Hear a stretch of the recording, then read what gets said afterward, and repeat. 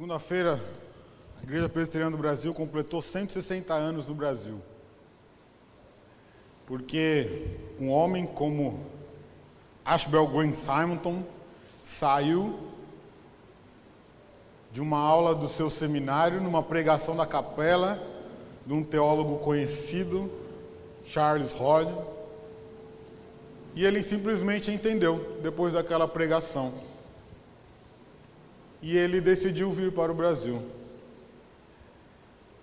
E ele veio para o Brasil, tão jovem, tão recém-ordenado, tinha acabado de ser ordenado, recém-casado, e veio ao Brasil.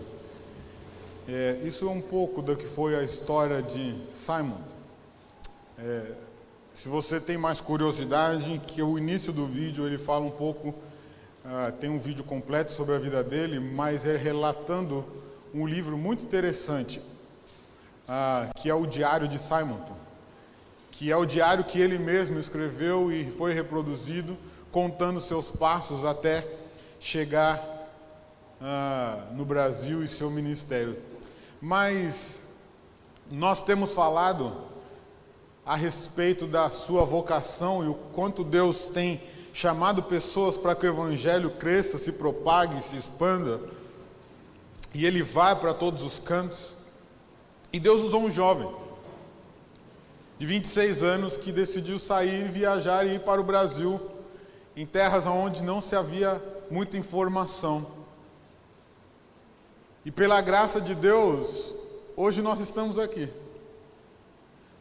Mais uma igreja da tradição reformada, porque um jovem decidiu, em uma pregação no seu seminário, que obedeceu a sua mãe, que ele não queria muito ir para o seminário, queria ser advogado, mas aí ele obedece e vem para o Brasil.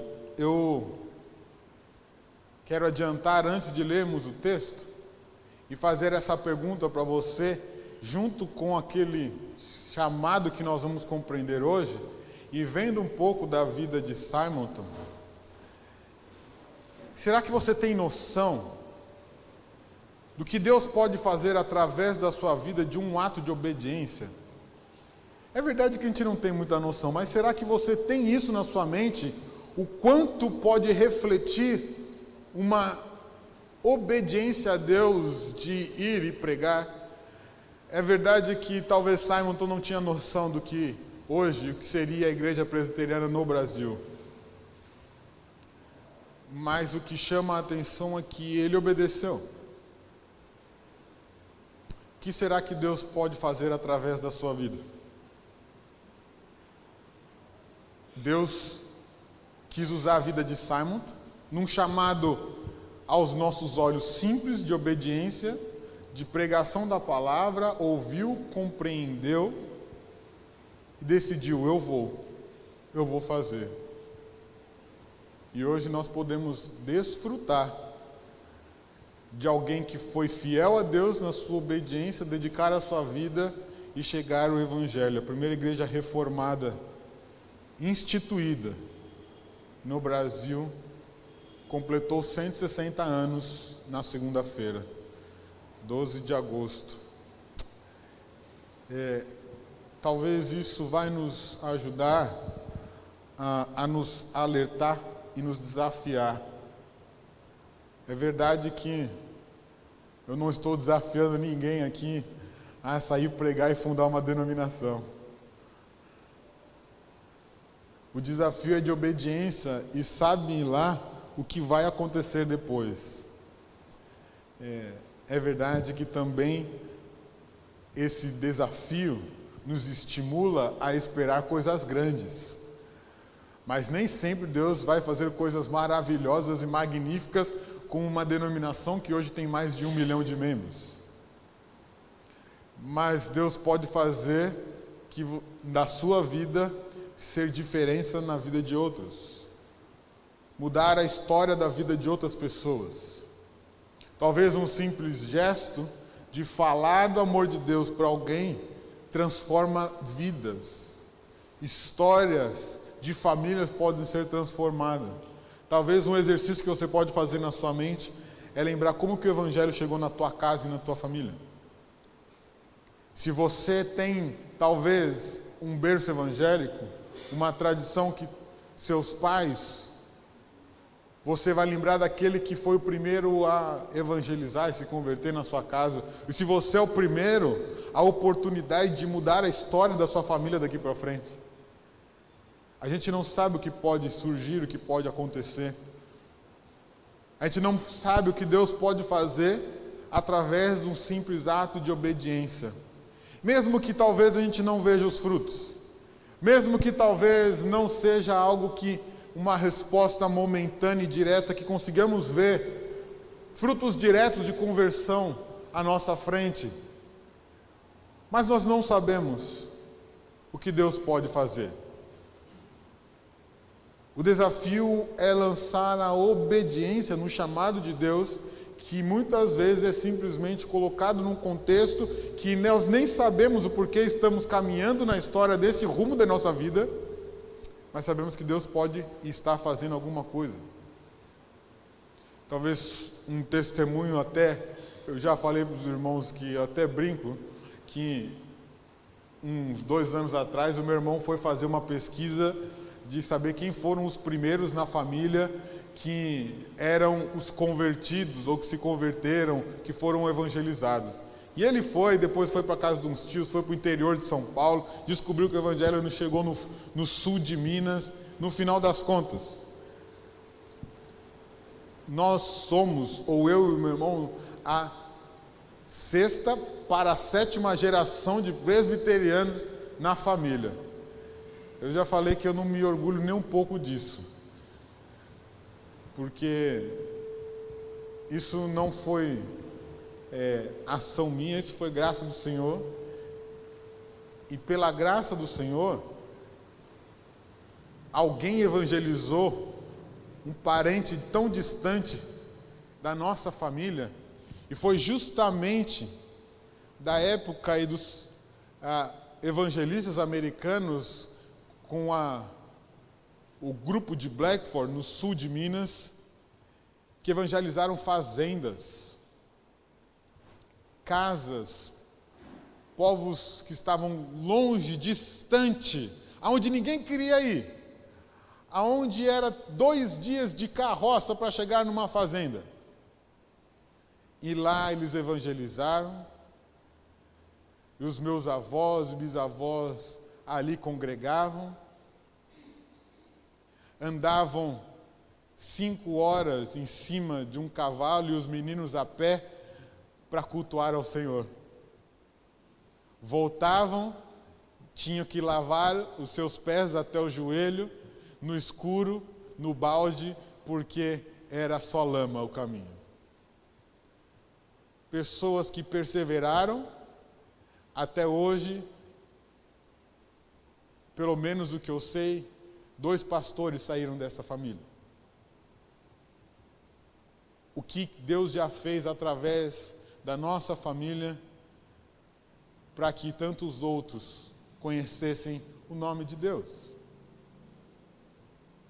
Talvez a gente não saiba onde pode chegar, mas o entendimento é: Deus tem um propósito na história da sua casa e da sua família.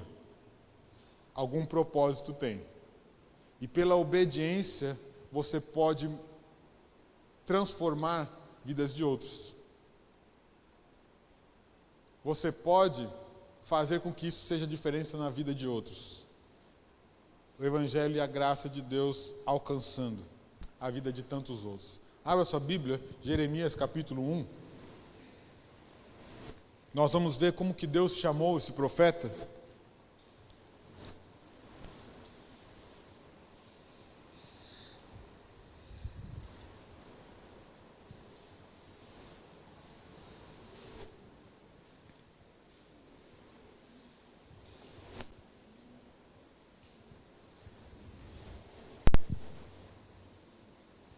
Jeremias capítulo 1, do versículo 1 ao versículo 10. Palavras de Jeremias, filho de Ilquias, um dos sacerdotes que estavam em Anatote, na terra de Benjamim. A ele veio a palavra do Senhor nos dias de Josias, filho de Amon, rei de Judá, no 13º ano do seu reinado.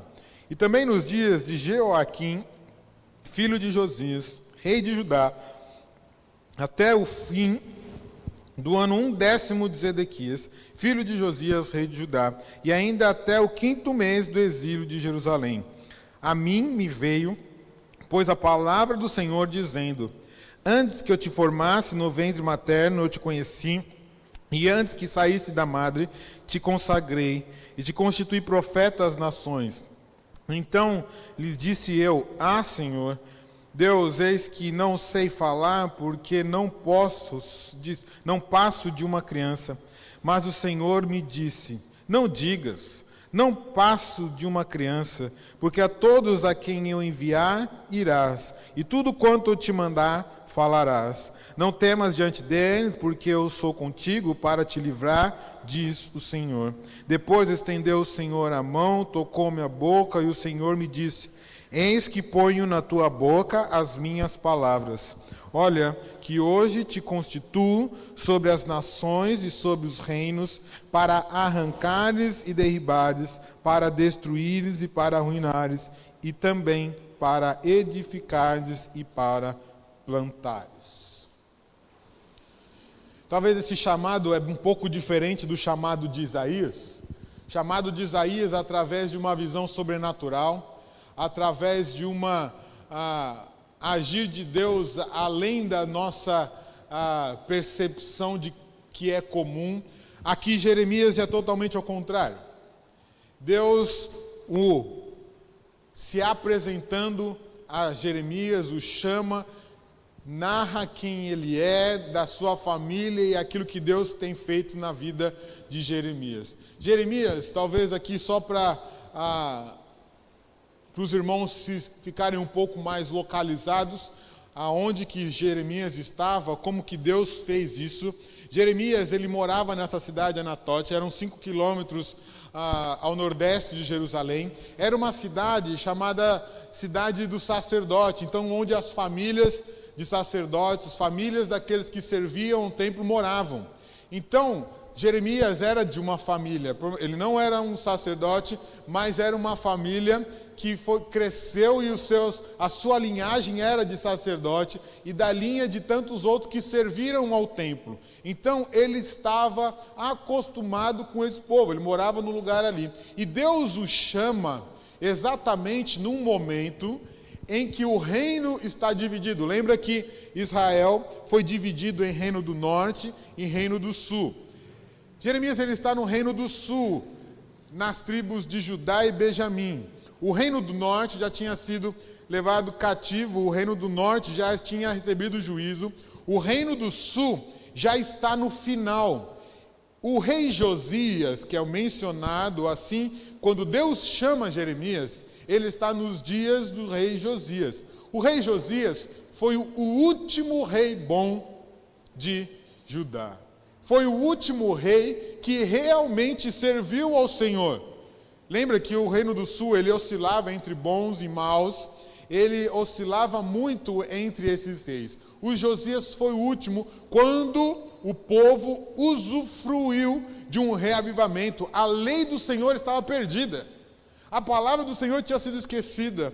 Josias volta, chama o povo ao arrependimento, conclama esse povo e o povo de Judá, eles começam a voltar aos caminhos do Senhor, e é nesse momento que Jeremias, ele é levantado pelo Senhor a ser profeta. Só que o ministério dele é cerca de aproximadamente uns 40 anos, porque ele pega o reinado de Josias, Jeoaquim, que é o próximo rei, é um rei mau, colocado pelos egípcios, que ele cria confusão entre o egípcio e a Babilônia, por isso causa muita confusão e divisão. É no rei de Jeoaquim, que é o próximo depois de Josias, que Babilônia faz a primeira invasão em Jerusalém e leva os primeiros jovens, e nele vai Daniel e seus amigos. Depois dele vem o rei Joaquim, que também é um rei mau, e por último Zedequias, que então Jeremias ele profetiza de Josias até Zedequias. Zedequias foi o último rei de Israel. Depois não houve mais. Por quê? Zedequias foi o último rei, a última invasão, a terceira leva que a Babilônia vem e leva tudo, destrói Jerusalém, destrói o templo, destrói todas as coisas. Ele guerreia de frente com Nabucodonosor, Nabucodonosor o cega. Esse foi o último rei. Jeremias ele está anunciando o juízo de Deus em todo esse período. Agora, um jovem que ele é levantado pelo Senhor para profetizar a respeito das coisas de Deus, principalmente no momento em que reis são perversos, e ele está vivendo num momento de reavivamento durante o reino de Josias e depois seus sucessores perdidos. Mas, quando Deus chama, num chamado talvez até simples, Deus apenas falando com Jeremias, sem muitos momentos sobrenaturais, Deus fala com Jeremias, Deus o chama, Deus o convoca e fala assim: eu te chamei, eu te vocacionei, eu te escolhi desde o ventre da tua mãe. Primeira lição que eu gostaria de compartilhar com os irmãos. Deus prepara o nosso caminho e a missão mesmo quando nós não percebemos. Talvez Jeremias, ele achava que ia ser só mais um jovem da família sacerdotal. Só mais um jovem que foi criado no meio de tantos sacerdotes que estavam comumente usufruindo e trabalhando dali de Jerusalém, convivendo nessa história. Mas um detalhe muito importante e interessante, que é como Deus faz, que como Deus direciona. Talvez a gente nem sabe por que Deus estava fazendo isso naquele momento. Mas por que ele nasceu naquela família, naquele lugar, naquele povo e nessa época? E para Deus chamá-lo é porque Deus preparou todas as coisas. Você vai nascer no lugar certo, na família correta, no tempo correto, e eu vou te chamar na hora exata. Eu não sei se você já passou, geralmente, quando é mais adolescente, né, a gente pensa assim: por que eu fui nascer nessa família? Por que eu fui nascer aqui?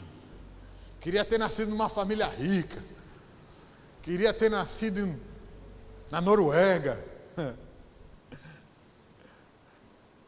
Por que eu fui nascer logo nessa família? Só tem confusão. Essa família ninguém se entende. É normal, né? É normal isso. É normal porque tudo da família é a mesma coisa, manchada pelo pecado. Mas o entendimento é justamente esse, que não deveria ter nascido em outra família, não. Você nasceu no lugar certo, na hora certa, no lugar exato, e nos tempos exatos, no ano exato que Deus queria. É isso o destaque que o próprio Deus fala com Jeremias ao chamar assim: eu te conheço, antes de você ser gerado, antes de você ser formado, antes da fundação do mundo, fui eu que fiz.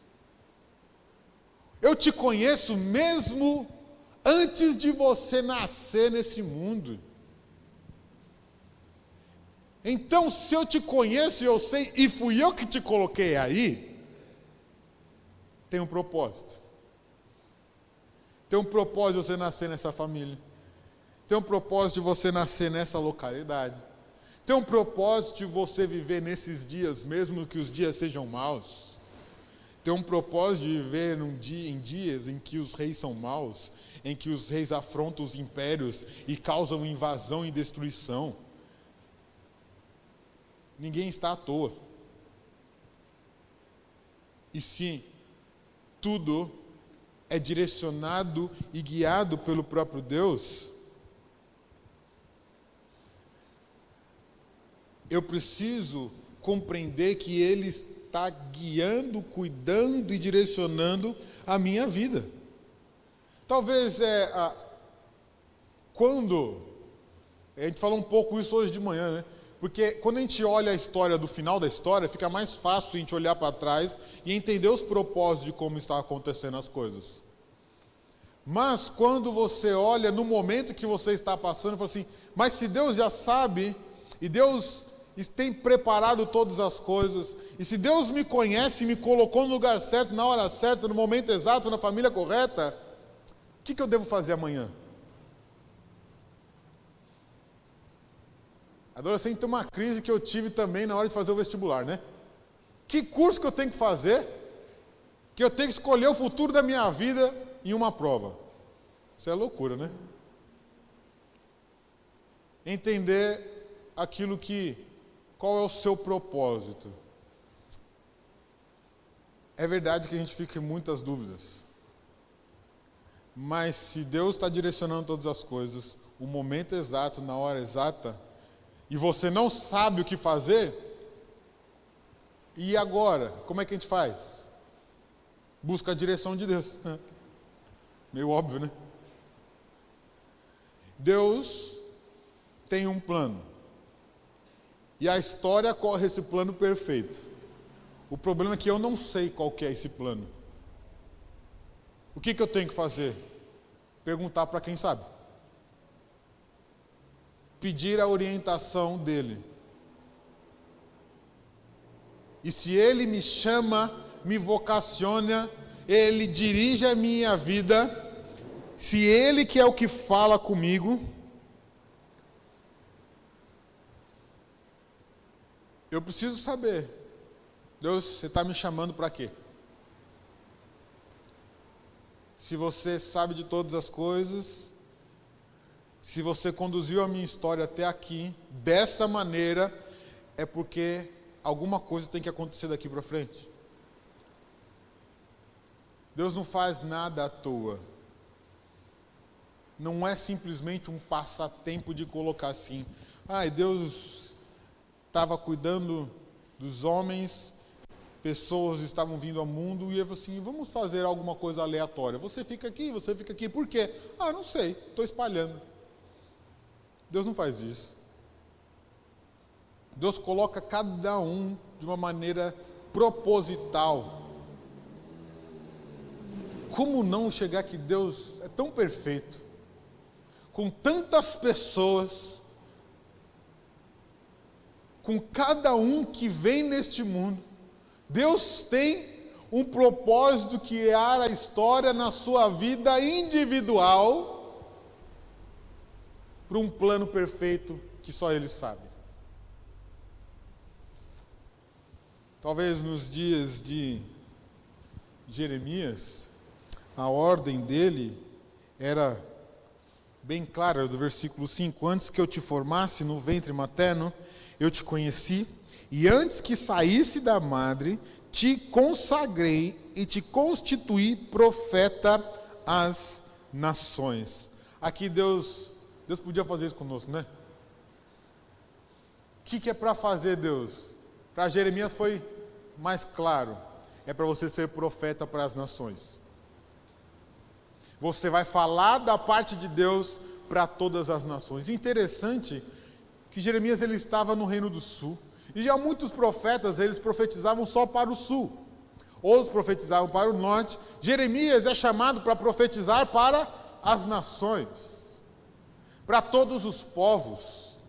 Para todos os povos inclui os babilônicos, os egípcios, os assírios que estavam no seu fim. Profetizar para todos os gentios. O chamado de Deus foi tão direto para que ele seja bênção em todas as nações. E eu posso dizer com toda certeza que Deus também te chama para ser profeta em todas as nações. É verdade que você não vai ser como Jeremias, que vai trazer palavras específicas para o povo, para os reis. Mas você vai falar da parte de Deus para as nações. Quais são essas nações? Pergunte para Deus, que Ele vai direcionar a sua vida. Quem são essas nações? Deus prepara Jeremias para chegar a esse ponto e falar para ele: agora você vai ser profeta para as nações. Não foi à toa que ele aprendeu sobre as coisas do tempo. Não foi à toa que ele nasceu no Reino do Sul. Não foi à toa que ele nasceu nos dias de Josias. Não foi à toa que Deus colocou a vida dele. Talvez ele poderia ser mais um jovem que estava em crise, porque ele era um jovem nessa época. Não temos exatidão de qual era a idade dele, mas ele era um jovem, pela própria desculpa que ele dá depois. Alguém que ainda não tinha idade para ser um sacerdote ou um líder. E Deus o chama. E tudo acontece com um propósito. Meus irmãos, nada foge do controle de Deus. Tudo é perfeito. Tudo está predeterminado pelo próprio Deus. Pela sua soberania, Ele sabe de todas as coisas.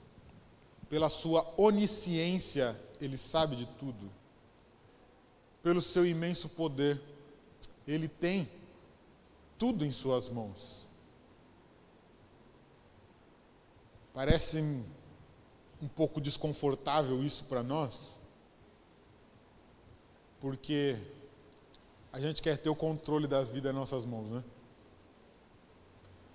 A gente quer ter o controle da nossa vida e falar: eu sei o que é melhor para a minha vida e eu vou traçar o plano que eu acho que é melhor porque eu sei o que eu quero.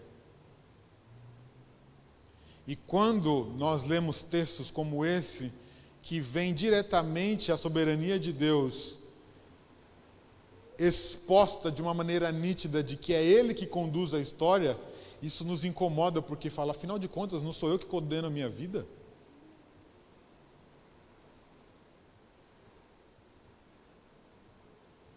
É duro porque isso afeta algo muito delicado que está em nós, que é o princípio de nossos pecados, que é o nosso próprio ego, nosso próprio eu.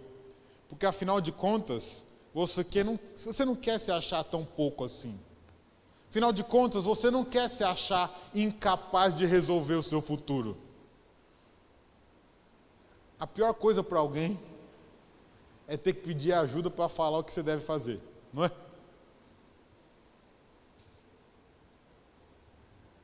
Dói, né? Fere o nosso ego, fere a nossa essência pecaminosa, porque eu quero ser senhor de mim mesmo, eu quero ser o Deus de mim mesmo, e você só vai conseguir entender e descansar no Senhor quando você falar assim: eu não sei o que é melhor para a minha vida. E você só faz isso quando você conhece alguém que sabe o que é melhor para a sua vida. Deus. Se você não conhece Deus, aquele que é poderoso e que sabe o que é melhor para a sua vida, você acha que você é melhor que qualquer um e ninguém tem direito de dar pitaco na sua vida. Não é isso que ele diz?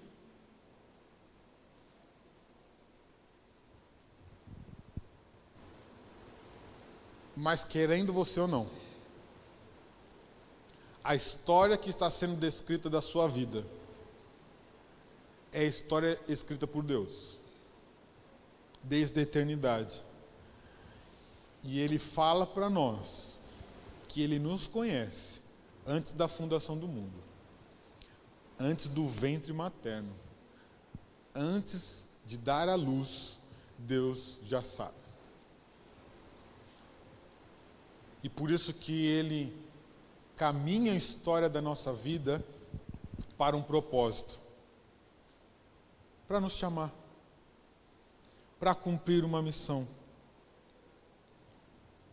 Para obedecê-lo. Mas a segunda lição, que vai nos ajudar a compreender mais essa vocação, é que a gente sempre encontra justificativa para não obedecer a Deus, pois confiamos em nossa capacidade. Fechou tudo. No versículo 6, diz assim: Então lhe disse eu: Ah, Senhor Deus, eis que não sei falar, porque não passo de uma criança. A primeira atitude dele foi justamente essa. Eu não sei falar. Deus, eu não passo de uma criança. Eu não sei nem como estou na tua presença. Eu não sei nem por que eu estou aqui. Eu não sei por que você está me chamando. A justificativa de Jeremias foi de colocar como inferioridade. Talvez aqui não é uma justificativa e uma desculpa como Moisés deu. Não, Deus, eu sou ruim de fala. Deus, não, usa outro. Não, aqui é uma justificativa, mas uma justificativa considerando a sua humildade. Aqui é uma justificativa mostrando para Deus quem realmente Ele é. Deus, eu sou realmente alguém que é uma criança. Alguém que é uma criança é alguém que não tem autoridade nenhuma, não é reconhecido por ninguém. Então ele estava falando da seguinte maneira: Deus, ninguém vai me ouvir, eu não sei o que falar, então melhor você não me chamar. Mas a gente sempre vai dar essas desculpas para obedecer a Deus. E pior que essas desculpas são até verdadeiras. Por que são verdadeiras? Porque realmente ele era muito jovem.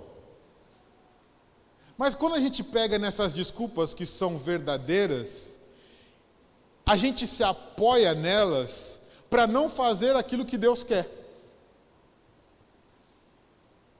Então a gente pega coisas da nossa vida e fala assim: Deus, você sabe que realmente eu sou muito ruim, não sei falar. E realmente, talvez você não tenha habilidade para isso. Mas o problema é quando nós nos ocultamos e escondemos atrás de uma justificativa, quando, na verdade, a verdadeira justificativa só é quando é humildade, no sentido: Deus, eu vou depender do Senhor, porque eu mesmo não sei o que fazer. O problema é quando a gente faz o contrário, quando a nossa justificativa é para trazer comodidade e não obedecer. Sabe aquele lance de... olha, eu não sei o que tem para fazer, eu não sei trabalhar com muita coisa, mas eu estou aí, o que quiser, estou à disposição. Ou aqueles, eu não sei fazer nada, então eu nem vou. A gente se apoia na justificativa para simplesmente não fazer nada. Mas, quando Deus faz, Ele chama, e Ele que capacita, Ele que direciona, Ele que faz todas as coisas. A nossa postura é reconhecer a nossa dificuldade, reconhecer a nossa fragilidade, mas estar disposto.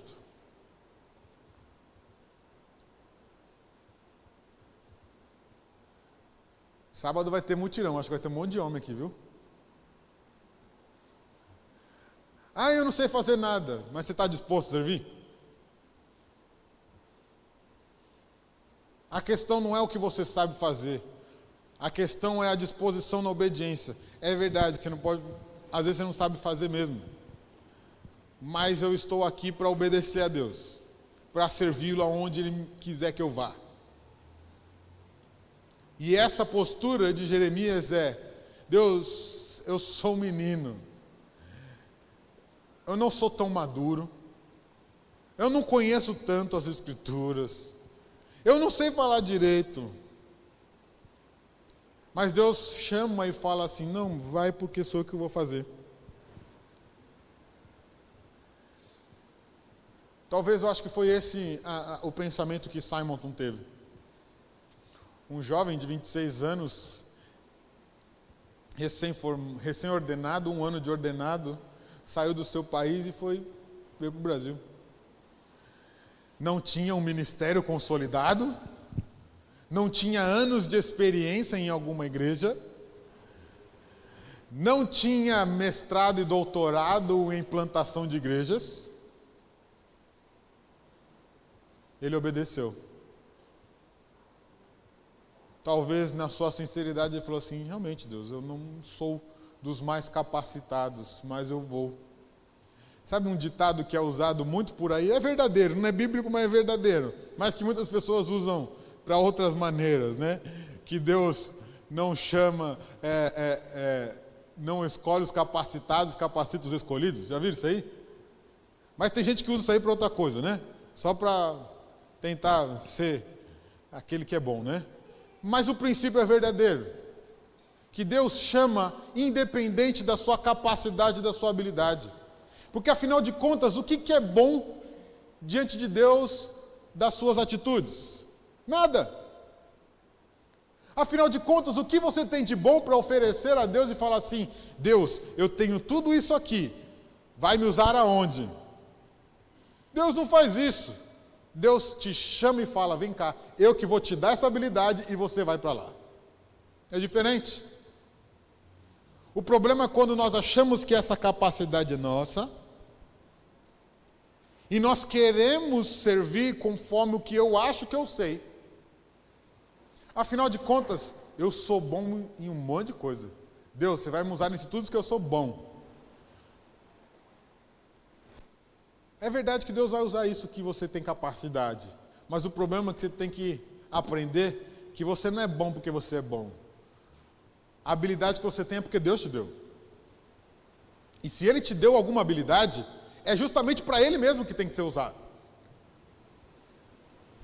Deus capacita, habilita, orienta, instrui os seus filhos para que sejam testemunhas e glorifiquem o nome dEle. Não é para você ficar rico e famoso. Deus chama, Deus dirige a história da sua vida para que você chegue ao entendimento que tudo que você tem, por mais que seja bom, belo aos nossos olhos, habilidoso, capacitado, é porque Deus fez isso em você para que você cumpra com o chamado dEle.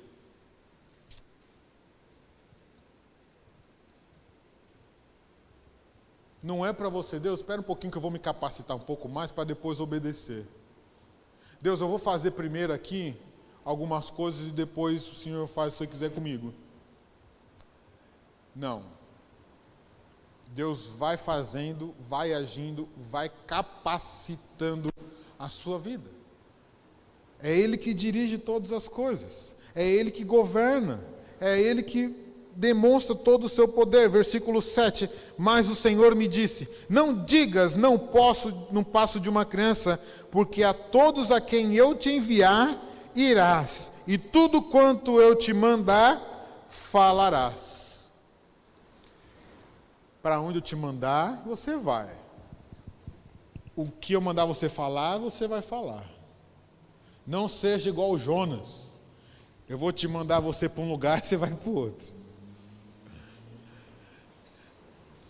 Seja obediente. Eu vou te chamar, eu vou te capacitar, mas é para onde eu mandar, você vai. Não tenta selecionar aquilo que você acha que é melhor para você. Ah, Deus, tem gente que é muito difícil de evangelizar. Eu vou falar aqueles que é bonzinho. Deus te mandou falar. Não é você quem faz a pré-seleção da salvação. Não, Deus, eu estou fazendo uma pré-seleção que eu estou pegando alguns que têm potencial para ser salvo. E aí eu falo. Tá bom, Deus? Aí depois você faz o Espírito Santo, age. Não existe. Deus que manda, direciona e Ele que dá as palavras certas. Você vai falar o que tem que ser falado. Se é para falar, para se arrepender, você vai falar. Se é para falar que tem que ser transformado, você vai falar. E se for para falar para o rei, você vai falar. Não, Deus, Ele é muito poderoso. Ai, meu Deus, o que será da minha vida? Se foi para Ele que eu mandei você falar, você vai falar para Ele. Porque se Deus chamou, Ele que capacitou, Ele que dirigiu e Ele que demonstrou qual é a vontade dEle. Então vai e fala. Vai e faz. Obedece. A gente tem que parar de ser seletivo, meu. A gente só consegue conversar quando aquelas pessoas são mais agradáveis. É verdade que tem umas pessoas que é mais duro, né? É mais difícil de a gente conversar. Tem pessoas que realmente são mais cabeça dura. Tem uns que não estão nem um pouco de te ouvir. Pede a direção de Deus, sabedoria de Deus, para como lidar nesses momentos. Porque vai ter momento realmente de se calar, mas vai ter momento de ousadia, de falar, porque se Deus te colocou ali é para falar. Deus não te colocou numa família por acaso. Deus não colocou os pecados na sua família simplesmente para te dar dor de cabeça. Deus não colocou aqueles casca ruim dentro da sua casa simplesmente porque Ele quer ver você sofrer. Não, é para que você seja testemunha também para Ele. Já tentou olhar para alguém, aquelas pessoas difíceis, com certa necessidade da graça de Deus? Alguém já disse, eu não sei quem disse, que ou você é um missionário, ou você é um campo missionário.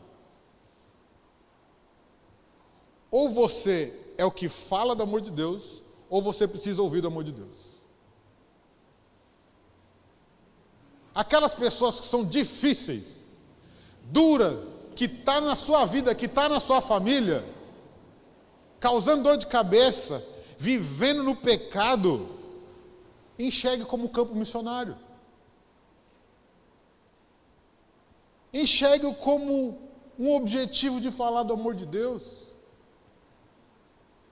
Olhe como alguém que precisa ser transformado pelo amor de Deus.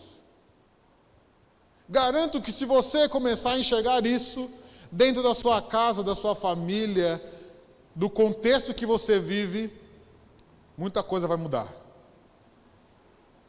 Muita coisa vai ser diferente. Muita coisa vai ser diferente, porque se Deus te colocou ali, é porque tem um propósito. É para você cumprir e ser um profeta para as nações. E falar para todos aqueles a quem Deus te der, te direcionar. E saber que é Ele que vai fazer. É Ele que direcionou. Se foi Ele que te chamou, é Ele que vai fazer. É Ele que te vocacionou, é Ele que vai te dirigir. Terceira lição. A missão de Deus para nós é para a transformação. A missão que Deus nos dá a nós é para transformação. É uma palavra dura que Deus usa quando chama Jeremias, o versículo 9 e o versículo 10. Depois estendeu o Senhor a mão, tocou-lhe na boca o Senhor e me disse: eis que ponho na sua boca as minhas palavras. Olha, que hoje te constituo sobre as nações, sobre os reinos, para arrancares e derribares, para destruíres e para arruinares, e também para edificares e para plantares.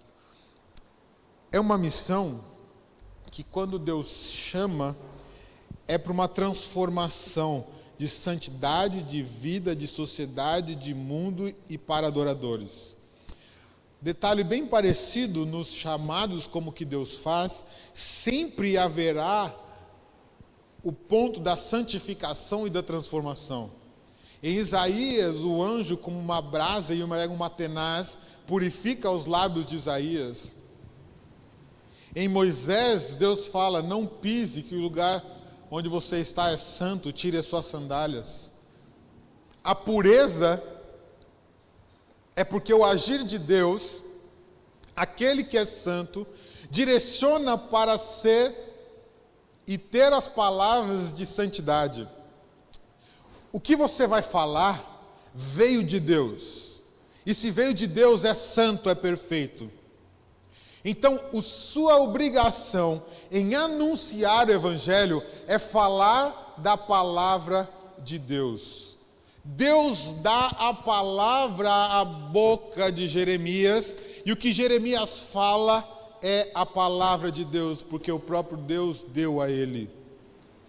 E o que é a palavra a ser anunciada às nações? É a vontade de Deus revelada, a profecia.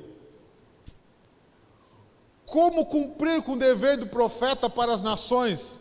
Sendo purificado pela palavra de Deus e anunciando a vontade dele. Como que então eu faço isso? Anuncio a palavra dele revelada a nós. Eu só vou falar aquilo que pode transformar a vida de alguém quando eu falar das Escrituras. Não adianta eu dar conselho de boas amizades, de bons amigos, de padrão moral, se não for as Escrituras. Isso não vai mudar ninguém.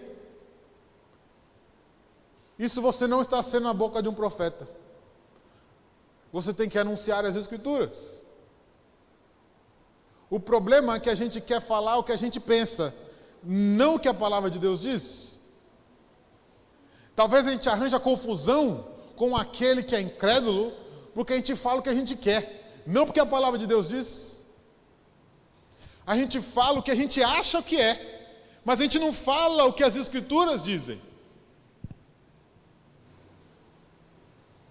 Quando eu falar da parte de Deus, ou falar a palavra de Deus, é quando ela foi santificada, e ela que tem o poder para a transformação, é a palavra de Deus que tem o poder de redimir, é a palavra de Deus que alimenta a nossa alma, é a palavra de Deus que faz isso.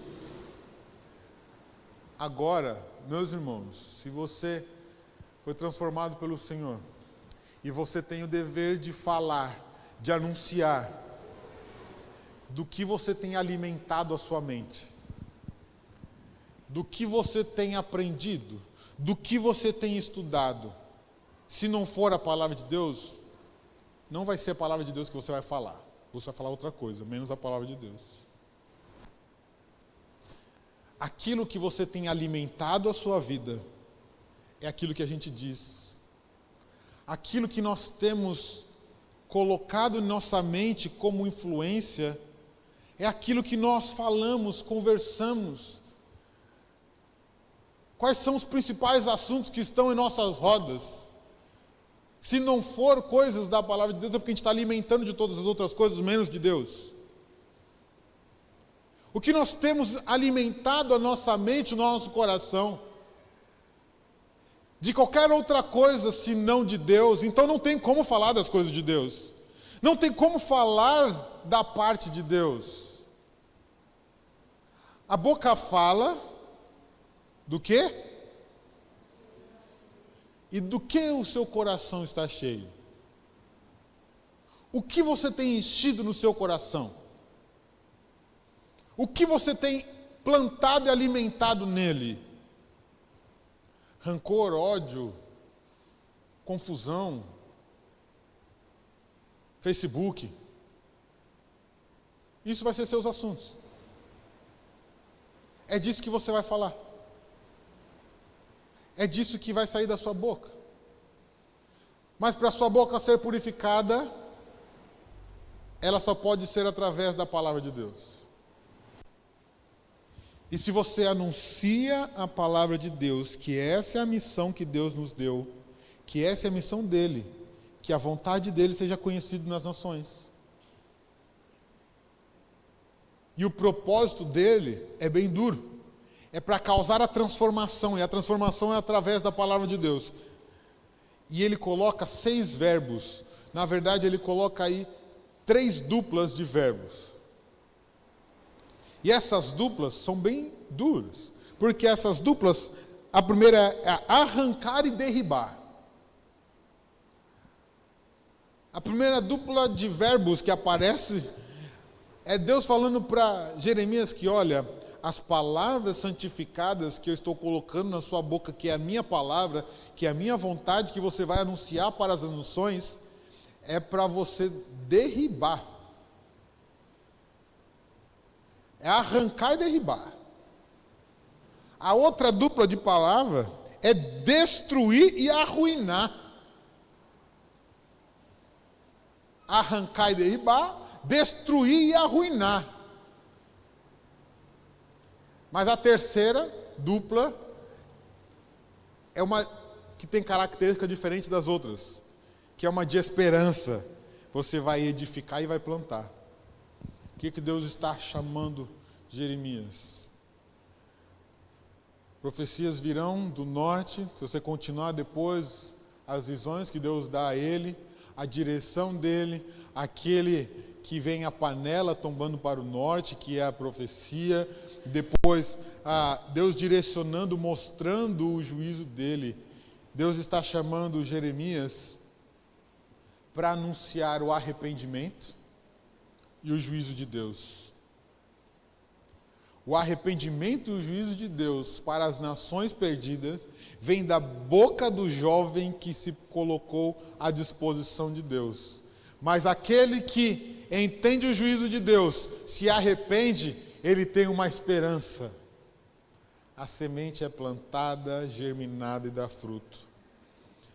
A mensagem que Deus dá a Jeremias é: vai, anuncie a depravação desse povo. Anuncie que eu odeio isso. E o juízo virá sobre eles. Mas se arrependerdes, há uma esperança. O juízo veio. Jerusalém foi destruída em Zedequias. O povo todo foi para a Babilônia. A profecia de Jeremias é a que cumpriu 70 anos para saber o quanto tempo que eles iam ficar lá. Foi Jeremias que disse o quanto tempo ficariam na Babilônia. Foi através dele que Deus anunciou a esperança do retorno para aqueles que servem ao Senhor. A obediência, quando Deus chama, ela vem com resultados do próprio Deus. Assim como Isaías, Jeremias não teve tanto êxito no seu ministério como nós enxergamos, né? Humanamente falando. A gente não vê tantos reavivamentos, multidão em massa se convertendo. Não tem isso. Mas foi alguém que Deus usou para retornar à palavra de Deus e saber e entender que é só através dela que há salvação. Foi através do profeta Jeremias que Deus utilizou para que aquela nação entendesse a vontade de Deus, mesmo em exílio.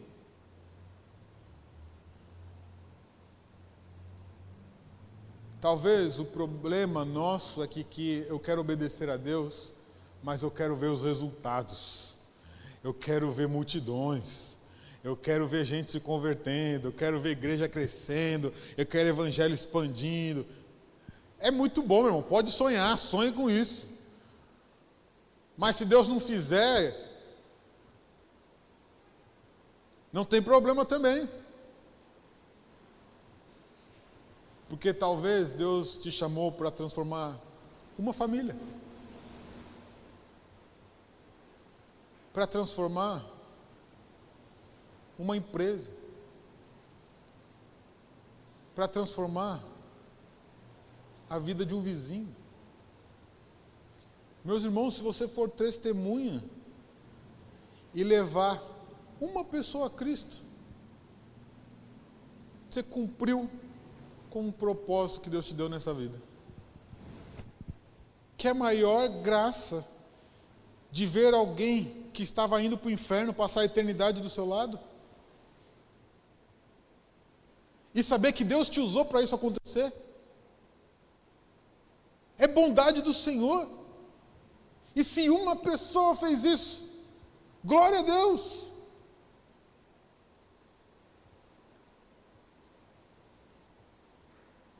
Você pode fazer isso.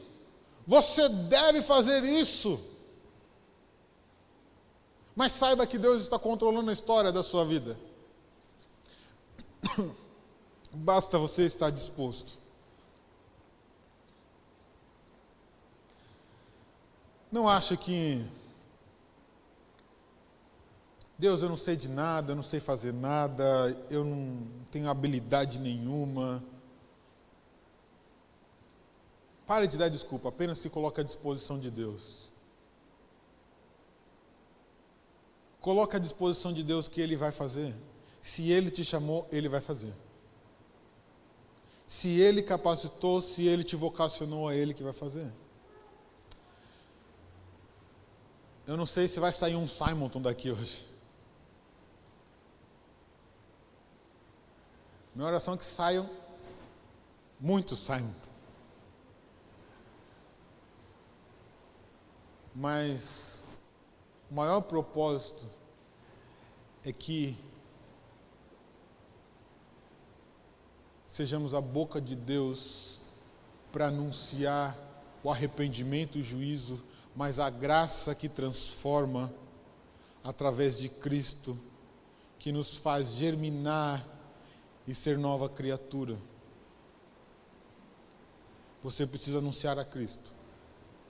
Você precisa anunciar para esse mundo que eles estão perdidos. Você precisa anunciar a esse mundo que não importa se você está no meio do povo considerado religioso como povo judeu, não é só porque você nasceu na família boa, não é porque você nasceu na família correta, não é porque você nasceu na 6ª geração de presbiteriano, que você não precisa se arrepender e se prostrar aos pés de Cristo, entender que Ele me dá a nova vida. Todos precisam reconhecer que Cristo é o nosso Senhor e Salvador. E que não há outro lugar e não há salvação a não ser em Cristo. Se na sua vida você conseguir uma pessoa para Cristo, você cumpriu com a sua tarefa nesta vida. Nós desejamos que seja muito mais. Nós desejamos que seja constantemente uma vida frutífera. Mas não desanime se você não ver os frutos. Simonton não viu. Na verdade, viu poucos frutos. Mas a semente deve ser lançada pela sua obediência. Por fim, obedeça a Deus, meu irmão. E deixa que o resultado é com Ele. A sua parte é obedecer. A sua parte é servir. O resultado, a recompensa, é Ele quem faz. Já pensou, meus irmãos? E fica o desafio aqui para os irmãos. Se cada um que está aqui hoje trouxer uma pessoa, domingo que vem, já tem que pegar a cadeira para pôr aqui dentro. Mas isso não é o problema.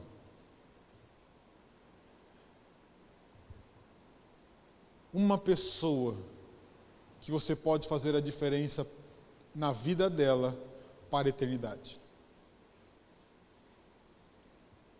E só vai mudar a eternidade se for Cristo. Porque não tem outro caminho. Obedeça. Não dê desculpas. Se entregue totalmente ao Senhor. E diga que é o que nós temos aprendido. Eis-me aqui. Estou aqui. Disposto a obedecer ao Senhor. Que Ele nos abençoe.